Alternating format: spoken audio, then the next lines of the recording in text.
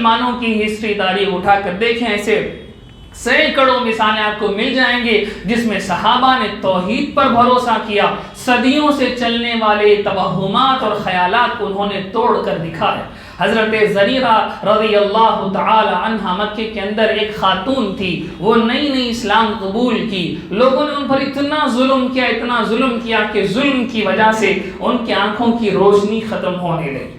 ان کی آنکھوں کی جب روشنی ختم ہونے لگی تو کفار نے یہ رومر پھیلایا، پروپیگنڈا کرنا شروع کیا کہ ہمارے دیوتاؤں نے تیری آنکھ کی روشنی سلب کر لی ہے، یعنی تو نے ہمارے دیوتاؤں کو، ہمارے بتوں کو چھوڑا، اس لیے ہمارے بت تجھ سے ناراض ہو کر تیرے آنکھ کی روشنی سلب کر لیے ہیں۔ حضرت زنیرہ رضی اللہ تعالی عنہ کی توحید اتنی مضبوط تھی کہ انہوں نے کہا کہ نہیں، میں اللہ پر بھروسہ رکھنے والی ہوں، یہ بت میرا کچھ نہیں کر سکتے۔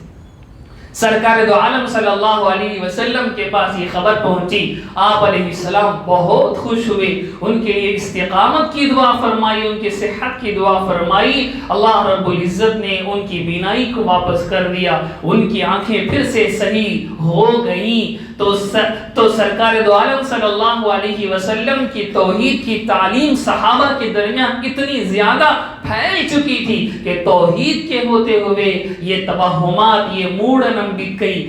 اسلام کے اندر اس کی کوئی اجازت نہیں، اس کی کوئی جگہ نہیں۔ ایک اور مثال آپ نے بہت مرتبہ سنی ہوگی، سیدنا فاروق اعظم رضی اللہ تعالیٰ عنہ کے زمانے میں مصر کے اندر، یگپت کے اندر نیل ایک دریا تھا جس سے پورے یگپت کی اکنامکس چلتی تھی۔ سال میں کچھ دن ایسے آتے تھے کہ وہ دریا بہنا بند کر دیتا تھا۔ تو اس زمانے میں، جاہلیت کے زمانے کے لوگوں کا یہ تصور تھا کہ اس دریا میں ہم ایک نوجوان لڑکی کی بلی چڑھائیں گے تو یہ دریا پھر سے جاری ہو جائے گا۔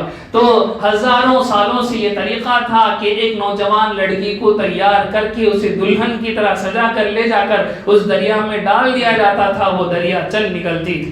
جب اسلامی فتح ہوئی، یگپت مصر مسلمانوں کے کنٹرول میں آیا، عمرو بن العاص رضی اللہ تعالیٰ عنہ وہاں کے گورنر تھے، تو اسی طرح وہ دریا ایک دن اس کا بہنا بند ہو گیا۔ لوگوں نے آ کر کہا کہ یہی کرنا پڑے گا، اس کے علاوہ کوئی تصور نہیں ہے، کوئی خیال نہیں ہے۔ پہلے عمرو بن العاص رضی اللہ تعالیٰ عنہ نے کہا تھا کہ یہ اسلامی توحید کے خلاف ہے، یہ نہیں کر سکتے، لیکن پریشر زیادہ ہوا تو انہوں نے امیر المؤمنین فاروق اعظم رضی اللہ تعالیٰ عنہ کو ساری باتیں لکھ کر بھیجی۔ فاروق اعظم رضی اللہ تعالیٰ عنہ نے جواب میں 2 خط لکھے تھے۔ ایک خط عمر بن العاص رضی اللہ تعالیٰ عنہ کے نام تھا، اس میں لکھا ہوا تھا کہ ایک اور خط جو ساتھ آ رہا ہے، اس خط کو دریا میں ڈال دو۔ عمر بن العاص رضی اللہ تعالیٰ عنہ نے وہ خط دیکھا تو اس میں کیا لکھا تھا؟ اس میں یہ لکھا تھا کہ اے دریائے نیل، مجھے معلوم ہے کہ تو اللہ کے حکم سے چلتا ہے، اگر تو اللہ کے حکم سے چلتا ہے تو تجھے چلنا پڑے گا، اگر تو اللہ کے حکم سے نہیں چلتا ہے تو پھر تیرے چلنے کی ہمیں کوئی ضرورت نہیں ہے۔ یہ خط انہوں نے عمرو بن العاص رضی اللہ تعالیٰ عنہ کے پاس بھیجا۔ عمرو بن العاص رضی اللہ تعالیٰ عنہ نے دریائے نیل میں اس خط کو ڈالا۔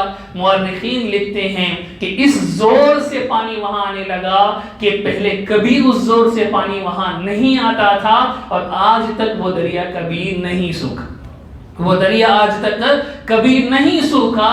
یہ تصورات کو درست کرنا، یہ خیالات کو درست کرنا، یہ اسلامی بالکل بنیاد اور بیسک ہے کہ اسلام میں اللہ کے سوا کسی کی کوئی حقیقت نہیں، اسلام میں اللہ کے سوا کسی کی کوئی الٹیمیٹ ریالٹی اور الٹیمیٹ ٹروتھ کوئی نہیں ہے۔